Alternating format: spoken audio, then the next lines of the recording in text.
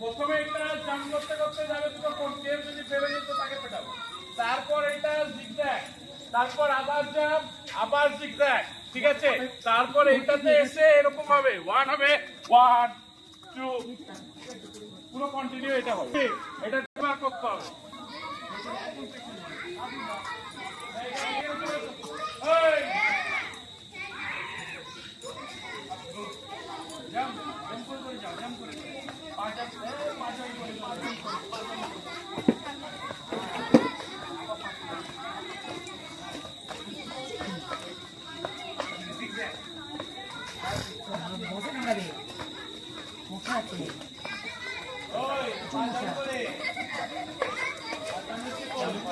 দেখো কি করছো, দেখো বাড়ি চলো, তাহলে একটু দেখো।